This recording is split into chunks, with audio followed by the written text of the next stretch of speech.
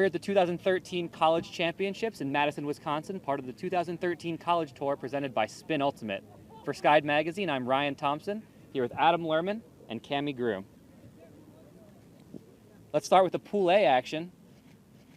Opening up with Wisconsin and Oregon, the 1 seed versus the 8 seed. Oregon came out in this game really dominating with better throws in a little bit of a windy game, really putting deep pulls to trap Wisconsin further down the field, played the field position game well with their stronger throwers like Sophie Darch and Bailey Zanisser.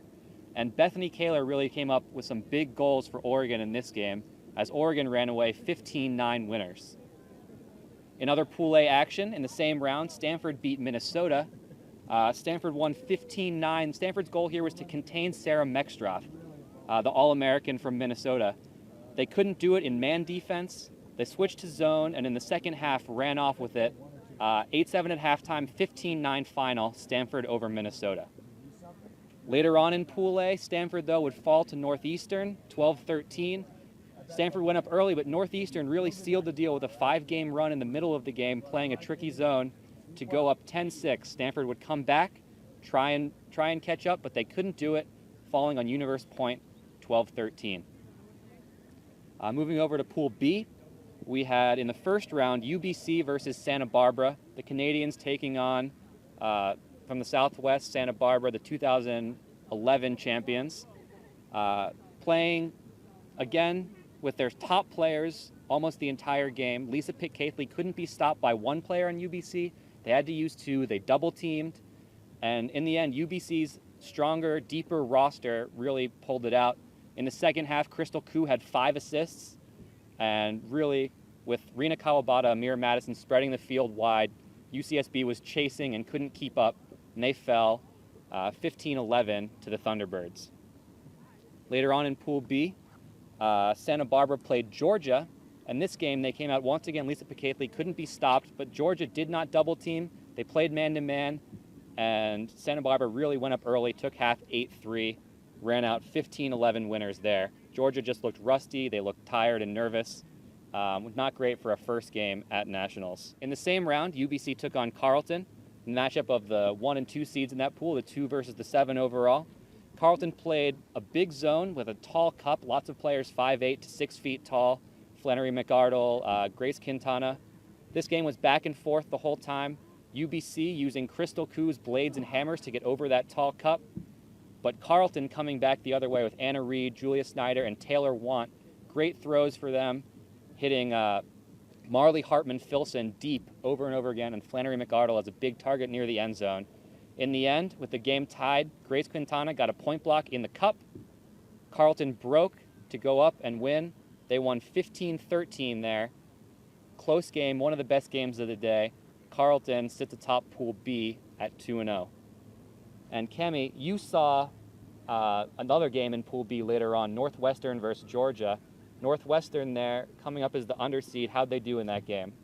Northwestern, you have to give them credit. They came out with fire and they played a team game, and they were able to upset, as the number 5 seed, able to upset number 3 Georgia by a score of 15-12.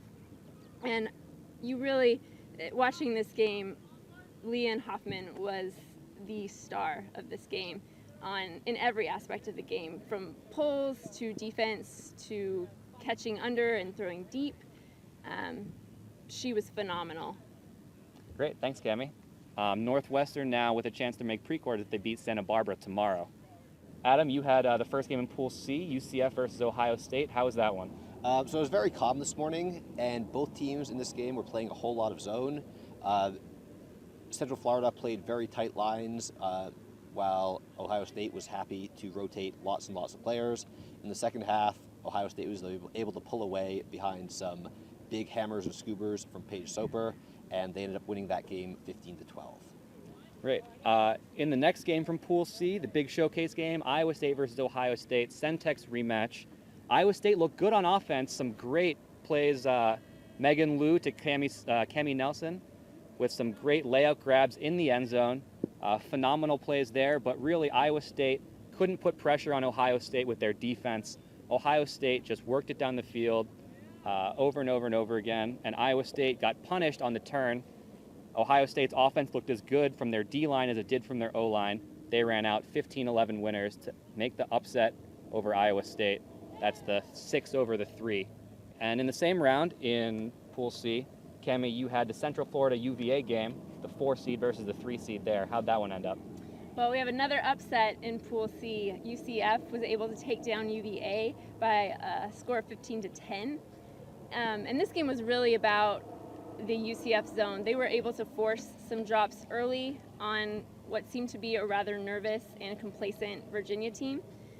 And then from then on, behind the high energy play of Sonny Harris and Muriel Hammond, they were able to make great decisions with the disc and punch it in for the scores. Great, thanks. Another upset. Round 4, every single game an upset going to the lower seeds. Finally, Pool D. Adam, you had the first couple games there. How were those? First game in the first round, we had Tufts playing against Texas. And this game looked like it wasn't going to be that close at the very beginning. Tufts was able to consistently put up hucks from Claudia Tajima and Sheena Titcomb.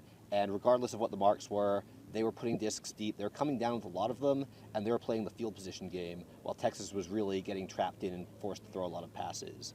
In the second half, Texas, their defense that we've known about, their athleticism and their defense finally showed up. They were able to get a couple breaks back, but it ended up not being quite enough, and Tufts pulled it out 15-12. In the third round, Texas played against the University of Washington. This game was a little bit more of the same, where Texas had trouble playing a field position game, forced to throw lots and lots of throws. UW played some zone that forced upwards of 50 throws in a single possession. For UW, Amanda Kostick was bombing hucks, throwing hammers. Barbara Hoover ended up on the receiving end of quite a lot of those. And again, Texas, their defense stepped it up. They worked really hard, and it wasn't quite enough as UW ended up pulling out a 14-11 win. Great, and in the last game in Pool D, last game of the day, this was probably the best game of the day. Iowa, the 4 seed, took on Tufts, the 5 seed. Here, this was a battle of 2 All-Americans, Chelsea Toig versus Claudia Tajima, and they matched up on each other at every chance they could get. Toig switched on to Tajima. She had a great mark, she played great dump defense, and really took Tajima out of her element. Tufts was content to work with their other players, with Fallon, with Alm, with Titcomb, and freshman Laura Fraden. But really, it got to them by the end of the game when they really needed their stars to come and step up. They'd been playing too many points at the end of the game. They looked tired, and Toig and Liza Miner for Iowa just still looked fresh. They were still running at 100%, beating their defenders, getting open. Iowa wins this one 15-13 with a 3-point surge there at the end. Down 11-10, scoring 3 in a row to go up 13-11 and never relinquishing the lead there at the very end. Tufts ran out of gas. Chelsea Toig, woman of the match, definitely outplayed Claudia Tajima there with some great marks, some great Ds, and some great hucks at the end of the game.